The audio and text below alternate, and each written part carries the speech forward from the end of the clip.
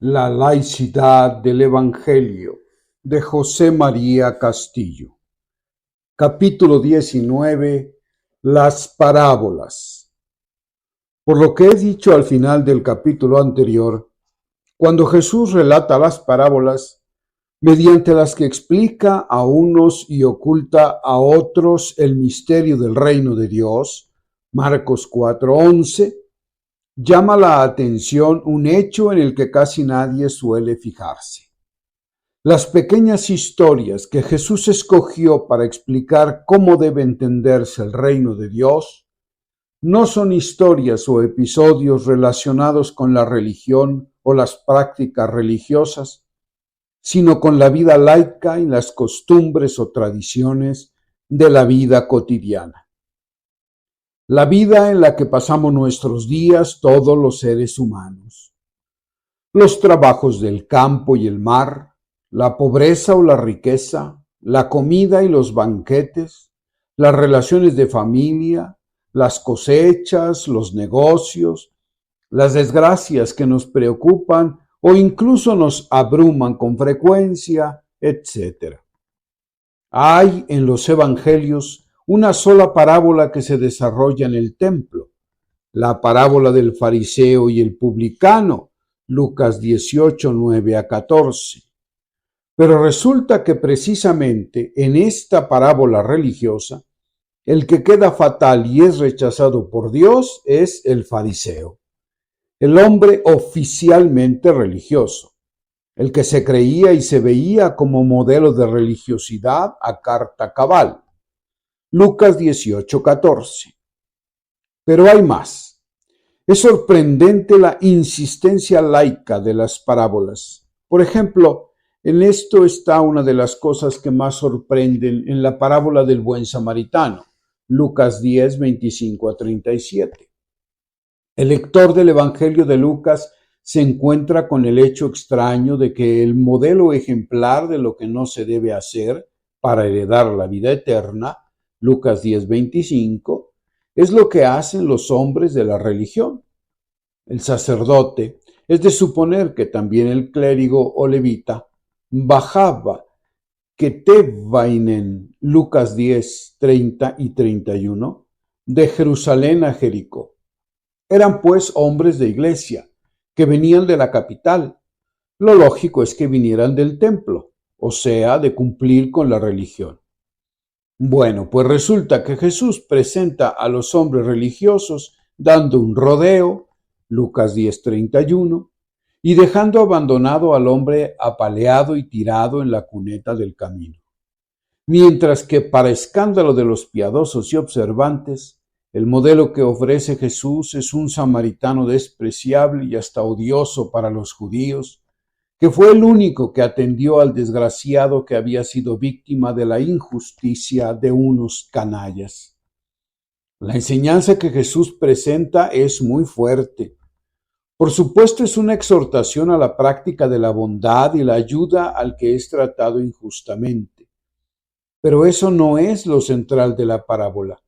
Lo que Jesús viene a decir es que la observancia de la religión, lo que venían de hacer el sacerdote y el levita, prepara a los observantes religiosos para hacerse insensibles al sufrimiento. El que tranquiliza su alma cumpliendo con los dogmas y los ritos, termina abandonando en la cuneta, con más frecuencia de lo que imaginamos, a los desgraciados que se ven peor tratados por los bandidos. Esto es lo que Jesús viene a decir. Y aunque es verdad que esto, solo y dicho así, no se puede generalizar, sería injusto y falso, la triste realidad es que este tipo de comportamientos se repiten demasiado entre clérigos y entre laicos. Todos estamos implicados en este tipo de conductas repugnantes. Para terminar este apartado de las parábolas del reinado de Dios, es indispensable traer a la memoria la tan repetida y con frecuencia tan mal explicada parábola del hijo extraviado, el pródigo, Lucas 15, 11-32. Me limito a intentar poner en claro lo que aquí nos interesa. Como es bien sabido, la parábola no habla de un hijo, sino de dos, el bueno y el malo. Naturalmente, el personaje central de la historia no es el hijo que se extravía, sino el padre que lo acoge.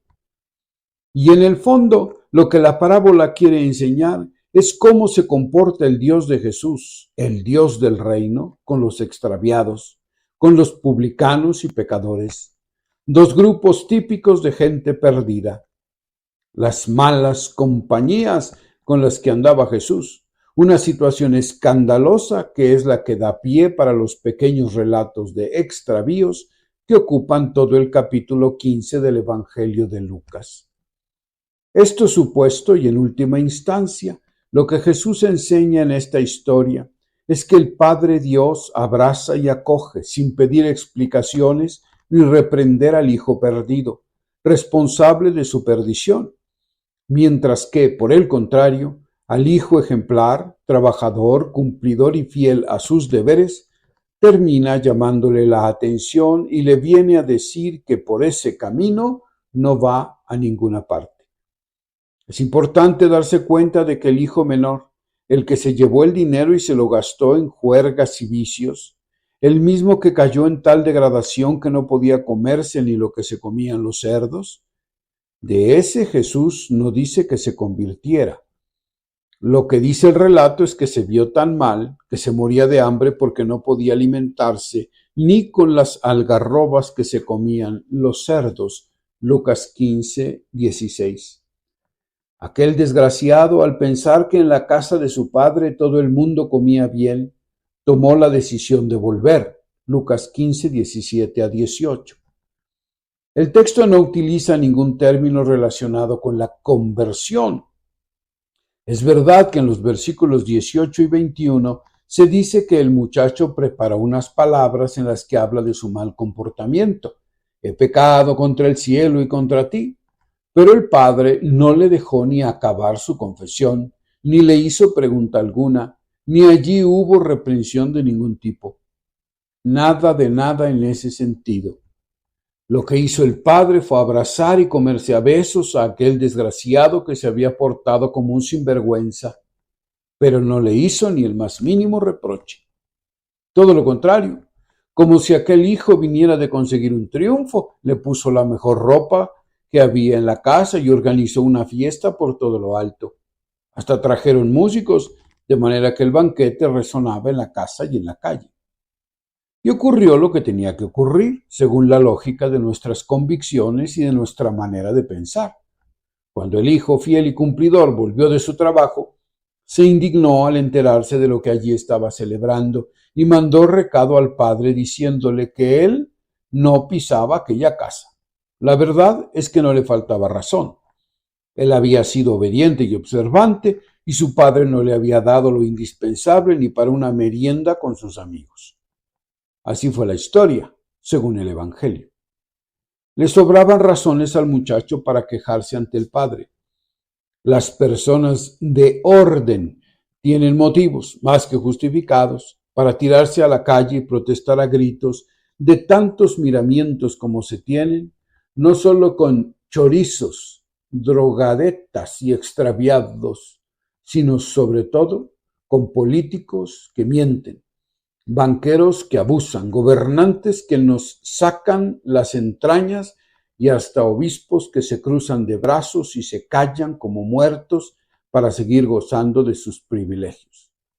Estas situaciones, pensadas de tejas abajo, claman al cielo. Sobre todo cuando uno ve a los pervertidos y hundidos por su culpa, enfangados en lo más repugnante, y encima se nos dice que mucho cuidado si protestamos. Nada de protestas ni manifestaciones con pancartas que pueden ofender a quienes sabemos que son los responsables. Hay que saber aguantar y callar. Hay que aplaudir a quienes nos gobiernan. ¿Estamos locos? ¿Se puede decir tal cosa y exigir semejante comportamiento? El padre de aquellos dos hermanos es el retrato que hace Jesús del Dios del reino. Es el Dios que está en las antípodas de la religión y del Dios de los fariseos, que es el Dios que premia y castiga. sobre todo castiga o por lo menos amenaza. El Dios de Jesús es un Dios que nos descoloca, porque en definitiva la conducta de Dios no puede encajar en la lógica del discurso humano. Y no puede encajar no solo porque los mortales somos egoístas, codiciosos, orgullosos, envidiosos y tantas otras limitaciones como tenemos. Además de todo eso, tenemos la religión, de la que con justicia podemos decir que, si es cierto lo que relatan los evangelios, nos deshumaniza y al mismo tiempo nos tranquiliza, nos deja en paz y con la conciencia del deber cumplido, siendo así que tantas veces lo que hacemos es despreciar, humillar y destruir a personas con las que convivimos. Esto es exactamente lo que relata el episodio de los 10 leprosos a los que curó y purificó Jesús, Lucas 17, 11 a 19. Como sabemos, de aquellos 10 hombres, 9 eran judíos y 1 samaritano. Pues bien, resulta que los 9 judíos, fieles a su religión, fueron a presentarse a los sacerdotes como mandaba la ley sagrada, Levítico 13:49. Y con eso se quedaron en paz. Habían cumplido con Dios. No hay por qué preocuparse de lo demás, que a fin de cuentas depende de Dios. Mientras que el samaritano, como no creía ni en la ley ni en los sacerdotes, ni a él le decía nada la religión de los judíos, hizo lo que cualquier persona normal y con sentimientos humanos normales hace en un caso semejante: sencillamente agradecer el favor recibido. Con el comportamiento del leproso samaritano, lo que realmente ocurrió es que se puso en evidencia que religión y humanidad no se llevan bien. Más aún, además de lo dicho, quedó fuera de duda que la religión, cuando se toma en serio, deshumaniza a las personas, porque la experiencia religiosa nos lleva derechamente a anteponer lo divino a lo humano, de forma que, si es necesario, se machaca lo humano para que lo divino sea respetado y enaltecido. Fieles al criterio que acabo de apuntar, las religiones han perseguido, calumniado, maltratado, torturado, y no les ha temblado el pulso cuando han tenido que matar a seres humanos, si han visto que con eso la divinidad se mantenía y se mantiene en su dignidad indiscutible, o discutible e incluso insoportable, vista así. A lo dicho habría que añadir las parábolas de confrontación directa de Jesús con los sumos sacerdotes ya en vísperas de la pasión. La parábola de los 2 hermanos, en la que les dice a los supremos dirigentes de la religión que los publicanos y las prostitutas entran antes que ellos en el reino de Dios. Mateo 21:31. Mateo no habla aquí del reino de los cielos, sino del reino de Dios, es decir, habla de Dios y habla estableciendo un contraste absoluto, porque la afirmación de Jesús resulta casi increíble, ya que vino a decir que la gente despreciada es la que obedece a Dios, mientras que los dirigentes de la religión son los que no obedecen a lo que Dios quiere y no se dejan encelar por Dios. Así, Romanos 11:14. Por fin, la última parábola que conviene recordar es la de los viñadores homicidas, Mateo 21:33 a 45. Seguramente la más dura que pronunció Jesús, porque sin entrar en detalles y cuestiones discutidas, en el relato quedan 2 cosas muy claras: que la parábola fue dicha directamente contra los sumos sacerdotes y los fariseos, Mateo 21:45, es decir, contra los supremos responsables y los más fieles observantes de la religión. Y 2, que a estos hombres, los más característicos representantes de los rituales y normas religiosas, Jesús los califica como ladrones y, sobre todo, asesinos. Es notable que Jesús, amigo de pecadores, publicanos, descreídos, samaritanos y prostitutas, no dudó en reprochar, con las expresiones de rechazo más duras, a los profesionales y observantes más estrictos de la religión. Insisto una vez más en que, al decir esto, no pretendo ni insinuar que Jesús rechazó a Dios y la relación con Dios. Lo que digo es que Dios es el trascendente y que la trascendencia significa, entraña y designa, entre otras cosas, una relación de incomunicabilidad, es decir, paradójicamente, una ausencia de cualquier puesta en relación. Por eso Jesús no quiso fundar una religión, una más, porque la religión, sea la que sea, no nos pone en comunicación con Dios en sí mismo, sino con la representación de Dios que cada cultura, cada pueblo y cada individuo se hace como puede o quizá como le conviene. Esto supuesto, la cuestión capital es esta: ¿cómo presentó y representó Jesús a Dios? Ya vimos que primero existieron los rituales vinculados a los sacrificios y miles de años más tarde se empezó a pensar en Dios. O sea, antes que en Dios, los hombres empezaron por creer en la religión violenta, ligada al sufrimiento y a la muerte. La consecuencia inevitable fue la representación de un Dios violento, vinculado a lo más duro y costoso de la vida. Un Dios autoritario, amenazante, justiciero, castigador, a veces vengativo y que necesita sangre, lágrimas y muerte para perdonar. Como es también un Dios que impone la privación de instintos y deseos naturales para que los humanos, renunciando a parte de o a toda su humanidad, puedan alcanzar algo de la divinidad. Los mitos bíblicos lo han enseñado así. Por eso Abraham tuvo que someterse al sacrificio de matar a su propio hijo para demostrar que había tomado a Dios en serio. Génesis 22:12. La fe en Dios nació de la violencia y en las religiones está asociada al derramamiento de sangre. Hebreos 9:15-23. Es decir, al sacrificio de la vida. Ahora bien, una religión así no tiene ni puede tener futuro. No puede engendrar sino conflicto, como no puede esperar sino el rechazo de las personas normales.